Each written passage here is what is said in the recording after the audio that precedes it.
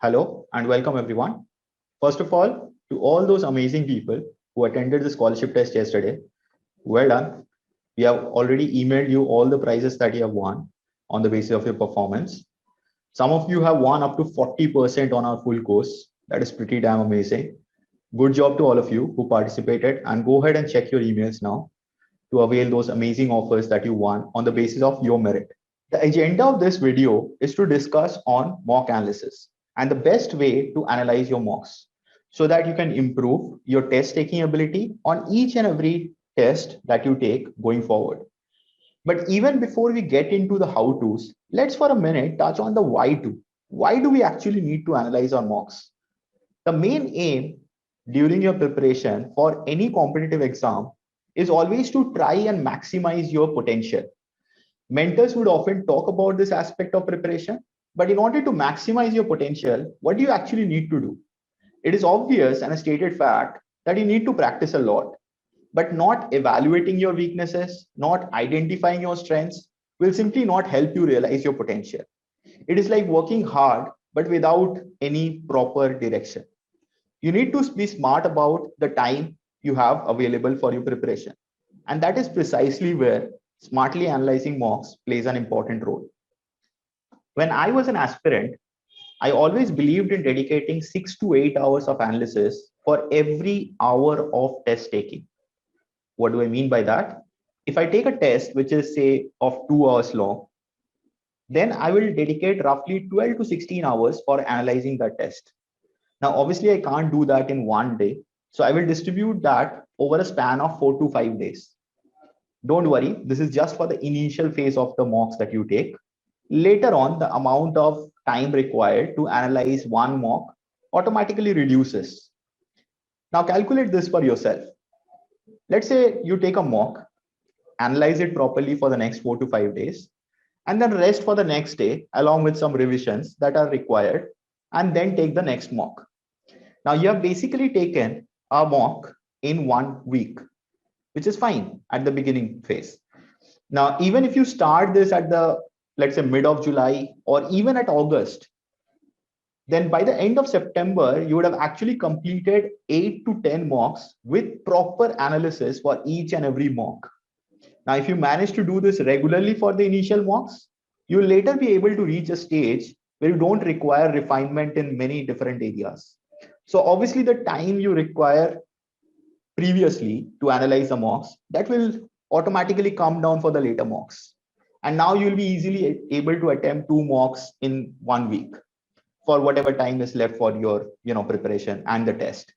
So let's say the test is on November end and you have the whole of October and say another 3 weeks of November to attempt mocks. So in this period, you can, attempting 2 mocks a day, sorry, 2 mocks a week, my bad.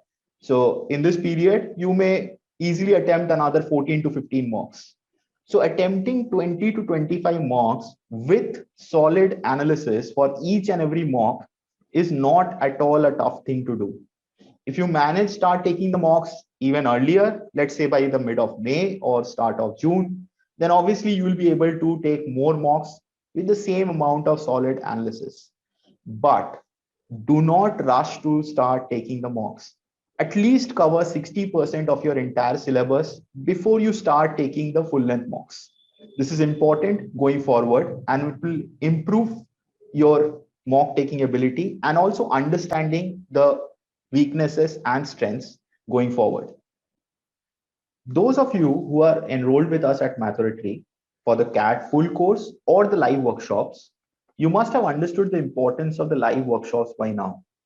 In these workshops, we will continue to discuss the strategy and how an expert who has cracked these tests view the questions during the live test. If you are in full course and watching this video, then wait for us to guide you in the progress review sessions. We will tell you to start taking the mocks at the right time on the basis of your personal progress. Before I start discussing on mock analysis and the best way to keep track of your performance, let me point out an interesting feature we provide at MathOratory. We call it one-to-one mock analysis, which will be focused on your problems faced while you are attempting the mocks. You can book your one-to-one session with us as per your requirement. Hours for mock analysis can be purchased from our website, but we have also allotted complimentary 10 hours of one-to-one session for each student who are enrolled in the full course and the ultimate mock CAT package. Now, during these sessions, it is strongly recommended that you carry a report of your mocks you wish to analyze one-on-one with the mentor. Now, this is the main purpose of today's video as well. I will be sharing an Excel sheet with all of you, even to those who are not enrolled with us, which you can use for reporting your mock performance for each and every mock. Now, this report that you collect during your mock analysis will be very important for the future mocks and later to look back and check what are the things you need to properly revise. Now, let me share my screen and first of all show you where you can download this Excel workbook from. If you're a full course student, then just open the comprehensive program, go to your dashboard and open this one-to-one counseling session. Now here you will find under the one-to-one mock analysis, the mock analysis strategy with downloadable workbook. Click on this attachment clip and download it from here. If you have subscribed for the ultimate mock CAT package, just go to the mock test series, choose the relevant bundle, go to your dashboard, open the mock CAT analysis, and here the same thing under the attachment, download. Let's now see how to use this workbook. You have 4 sheets in the workbook. Create one workbook for each mock that you take. The first 3 sheets are for the 3 sections. Now you have to analyze 2 different things for each and every section. The category analysis needs to be done for all the questions which you found difficult or time consuming during the exam. Try to divide each of these questions into one of these 4 categories. Now, let me discuss a few things related to this category analysis before I move to the next section. So if it is any question that falls in the C1 category, that is, you found it difficult during the exam and it consumed a lot of time of your paper. Later, when you're analyzing, you found it easy as well as less time consuming. So it is the C1 category. In that type of question, you must have missed something important in the concept or maybe in the observation part, which you should not have. So try to take a note of that, which is the 4th sheet, which will come to that. We'll come to that sheet later on. Similarly, if you found a question which is difficult to solve in the paper, and later on also you're finding it difficult to solve, but there is some simplification which you missed out, using which you could have, played a smart act, maybe using the options, you could have estimated something, maybe using one variable, you could solve the question instead of using 3 variables, which you used in the actual paper.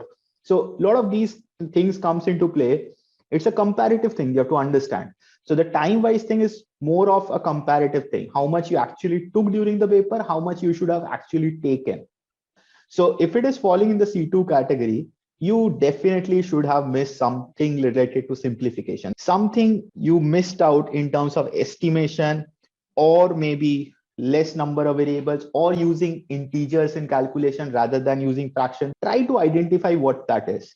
What have they done in the solution which you missed out? And again, take a note of that. If it is a C3 category, then it is basically a calculative question. It is not difficult to solve. Later on, you're finding it easy to solve, but it is a calculative question. And if it is a calculative question, it's not something you have to leave during the exam.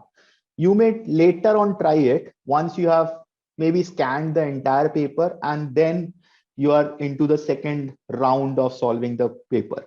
So these kind of things we discuss in our workshops and stuff. But I hope more often than not, you have also experienced, whoever is watching this video, about the scanning and round of question selection. So if you are finding a question which is in the C3 category, ideally you should not have attempted that in the first scan of solving. If you have done it, you would remember it while you're analyzing. Just few days back, you have taken the mock, Again, take a note of that. C4 is the most dangerous category. So if you have attempted a question which is difficult, even after analyzing, you're seeing that the question is very tough to do and it is very high time consuming. Ideally, you should not have attempted the question. You may have attempted this question provided there were no other questions left for you to try. If that is not the case, then you should not have attempted the question. But this is about the category analysis. Let's now look into the next part. Now, for all the attempted questions, you need to further make a speed versus accuracy analysis. This should be pretty self-explanatory, but still let me explain the different types here for a minute. So anything that you took less time to solve, the speed was fast. So for a single question, you can consider less than 2 minutes, good enough time. And for a set, maybe an LRDI set or a VRC passage. So any set type of question, roughly less than 10 minutes should be a good enough time to solve. Now, anything that you have solved with a good speed and got it correct will be the first category of this type. So SA1 or something. Incorrect, SA3. Same thing with the ones which were relatively slower. So if you have taken more than 2 minutes for a single question and more than 10 minutes for a set and got it correct or incorrect, depending on that, you can put them in these 4 categories. Now, don't worry too much about these things. You can just select each of these. So for the categories, you can just select it from the drop down. For the speed versus accuracy, you can do the same thing. So just select it from drop down. It has been already set up for you for each and every section here. Now, let me just point out few things related to this speed versus accuracy analysis before we move on. So if you are falling, any question is falling in the SA1 category. So you have solved it quickly as well as you got it correct.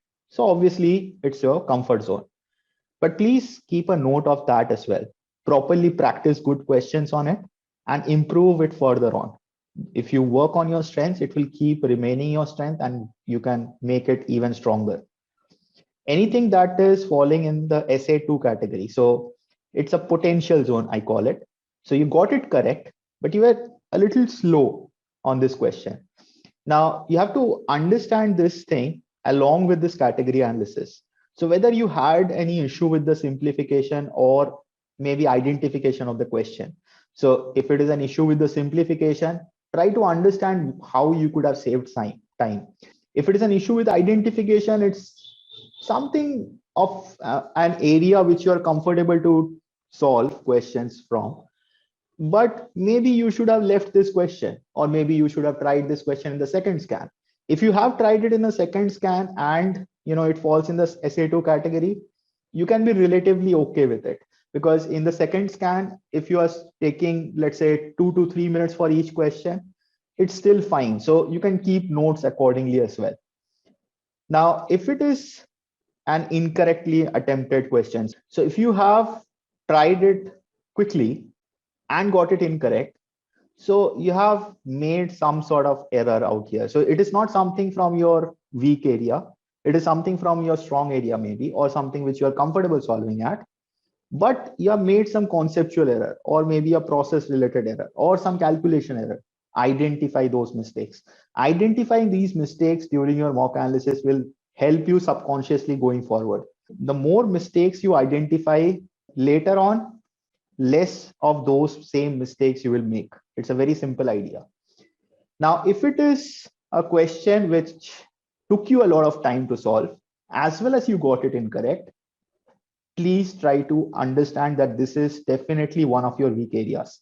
It is possible that it's a calculative one and from your comfort zone, but you were pulled into trying that question and somehow got it wrong. So it could be something related to conceptual or process related error as well. But more often than not, this will be something from your weak area. So if it is from your weak area, try to revise the basics properly before attempting questions from this area in your next mock. Now, this is very, very important. Take proper notes for future reference.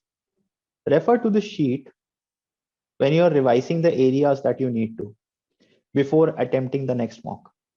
Now, this is an important thing to note, regarding revision. So let me explain this with a scenario. Say you have just completed the analysis of the fourth mock that you took and have collected the notes that are needed for this mock as well.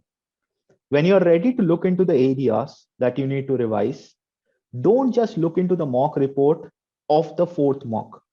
Look at the notes of each of the previous four mocks and compare the areas where you have to spend more time to revise.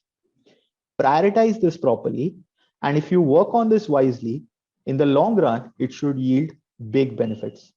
Revision is a very important and an integral part of mock analysis, which people tend to miss. Use the bookmark option in our course if you're registered with us, which will be helpful in your revision. Revise all these areas from time to time. Discuss with us during the one-to-one mock analysis sessions, and we'll guide you on how to revise them properly. All said and done, we wish you good luck and that you achieve your aspirations in the coming exams. Please like the video, subscribe to our channel, and hit on the bell icon. It motivates us to create more such videos. Also, comment your thoughts below regarding the mock analysis and share it among your friends and fellow aspirants. Have an enjoyable and wonderful preparation ahead. This is Soumya Chakraborty, Academic Head and Founder of MathOratory, signing off and catch you all later.